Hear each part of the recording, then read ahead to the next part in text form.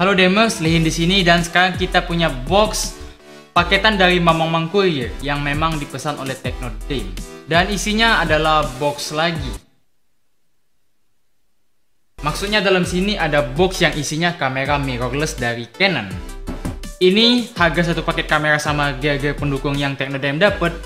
Harganya 6 jutaan. Dan sebagai informasi, kamera inilah yang nanti bakal menemani gue untuk bikin konten mulai dari 2 video terbaru nanti sampai seterusnya. Soalnya buat unbox dan reviewnya, gue sementara masih harus pakai kamera dari ponsel yang sekarang. Sebelum gue unbox, kalian boleh klik tombol subscribe dan loncengnya kalau misalkan pengen tahu konten terbaru dari Technodim.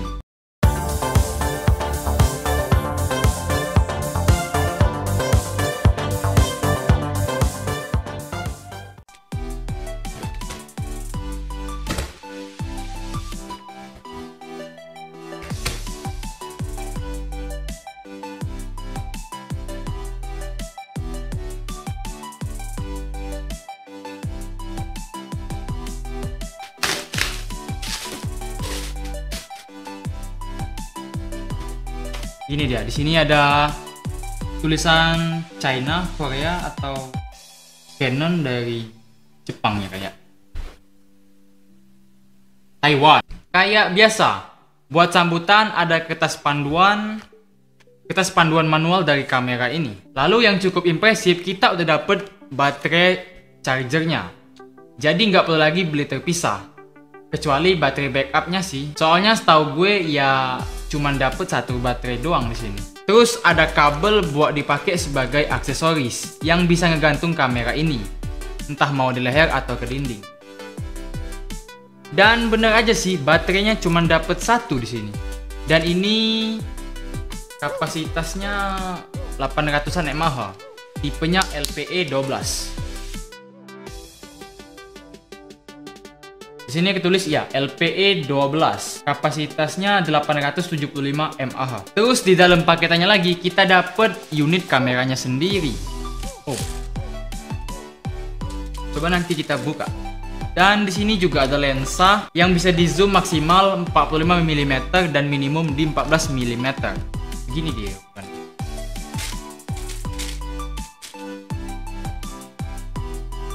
Dan ini lensa yang kita dapat, lensa manual zoom, bukan digital zoom. Buat yang nggak tahu, perbedaannya nanti gue bahas di segmen review kamera satu ini. Oke, ini adalah wujud dari kamera misterius yang kita maksud tadi, yaitu mirrorless Canon M200.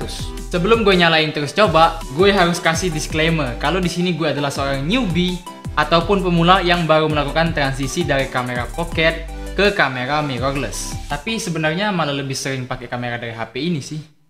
Gue juga bakal bahas beberapa hal yang udah gue pelajarin soal kamera kelasnya mirrorless.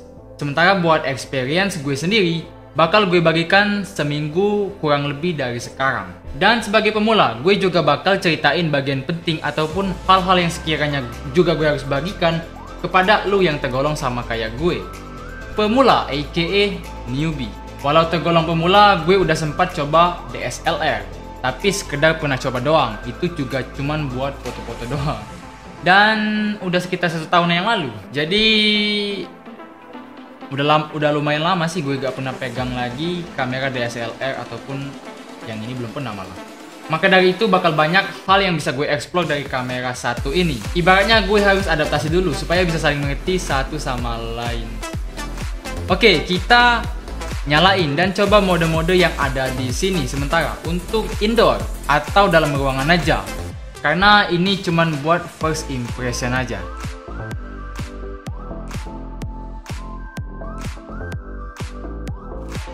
Baterainya kan terpisah. Oh iya, ternyata di sini ada garansi juga. Garansinya 1 tahun. Harusnya hidup sih. 1 tahun lama.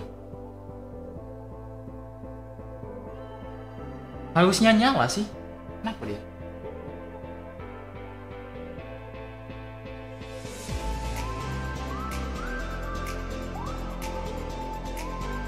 Crispy berhadiah. Oke.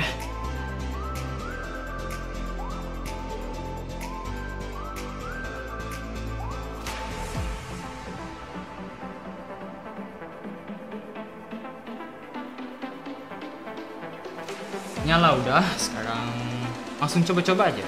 Ini gue di bukaan 15 mm. Buat experience awal, gue bakal kasih lihat hasil rekaman dan foto-foto di dalam ruangan ini pakai ini kamera.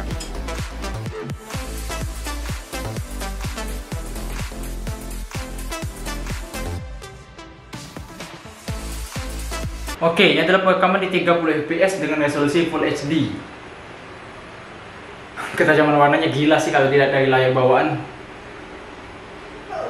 Dan sorry semuanya berantakan banget karena memang ini baru mau rebuild setup yang baru supaya lebih baik lagi. Ini benar-benar akurat warnanya, benar-benar apa ya, saturasinya benar-benar kayak akurat banget kalau dilihat dari layarnya ini.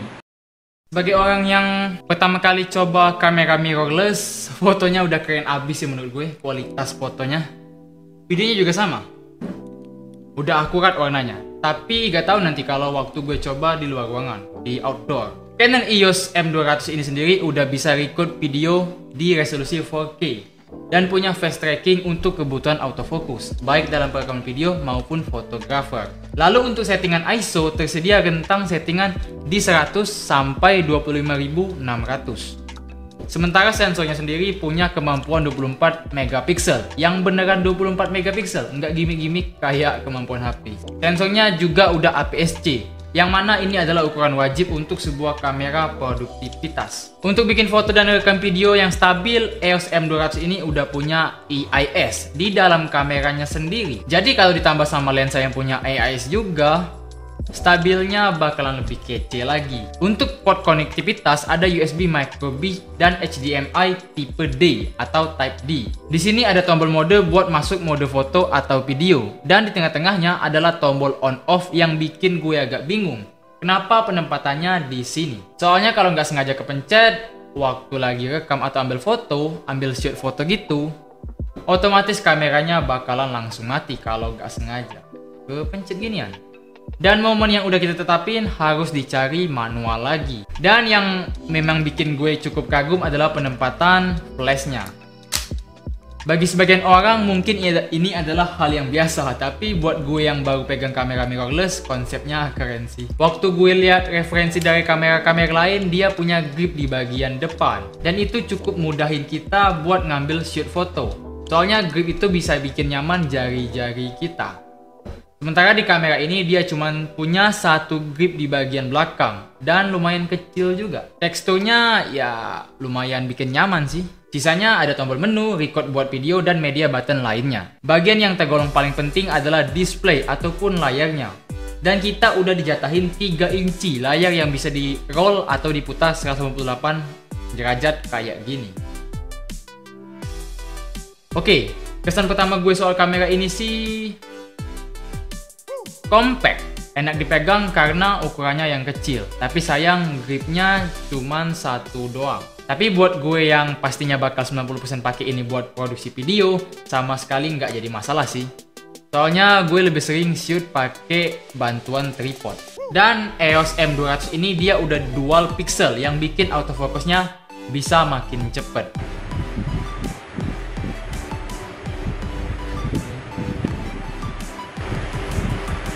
Ya segitu aja sih, nggak bisa kasih lihat banyak cuplikan, bakal manjangin durasi juga. Oke.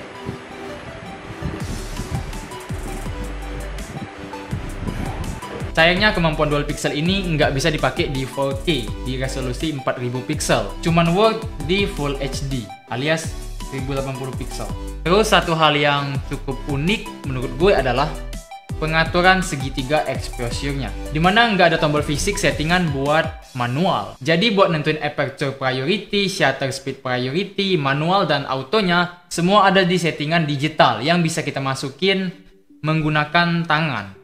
Karena layarnya udah touchscreen alias layar sentuh. Oh iya, ngomong-ngomong soal segitiga exposure, ini adalah hal yang paling dasar yang sangat wajib kita ketahui sebagai seorang fotografer ataupun videographer. Segitiga exposure itu kayak pengaturan wajib yang harus ditentukan kalau mau dapat hasil foto dan video yang sesuai dan enak dilihat oleh mata kita maupun orang lain. Intinya gini, Segitiga exposure itu kita harus ngatur ISO yang berpengaruh ke kecerahan maupun warna kulit, shutter speed yang nentuin kecepatan fokusnya, aperture yang nentuin jangkauan blur atau efek bokehnya, dan manual preset yang kita bikin menggunakan ketiga hal tersebut. Sebagai contoh, ini adalah foto menggunakan settingan serba tinggi, ISO 1000, shutter speed 1:1000, dan aperture f4.0.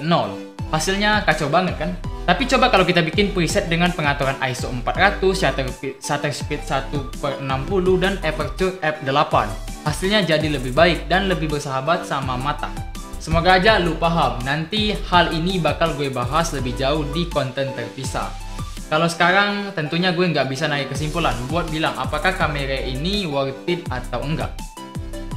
Mungkin sekarang juga ada expert yang nyasar nonton video ini, bisa kasih gue masukan dan apa aja yang sekiranya perlu gue pelajarin lagi supaya bisa memaksimalkan performa dari sebuah kamera mirrorless. Dan ya, segitu aja unboxing kali ini. Banyak hal yang perlu gue explore dari kamera ini, termasuk performanya buat ngerekam video, foto di resolusi-resolusi tertentu, dan juga sebagai daily drivers gue soal perekaman dan produksi konten video di Teknotik.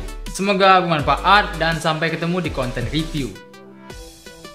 Jadi subscribe lah kalau mau lihat review gue soal kamera ini.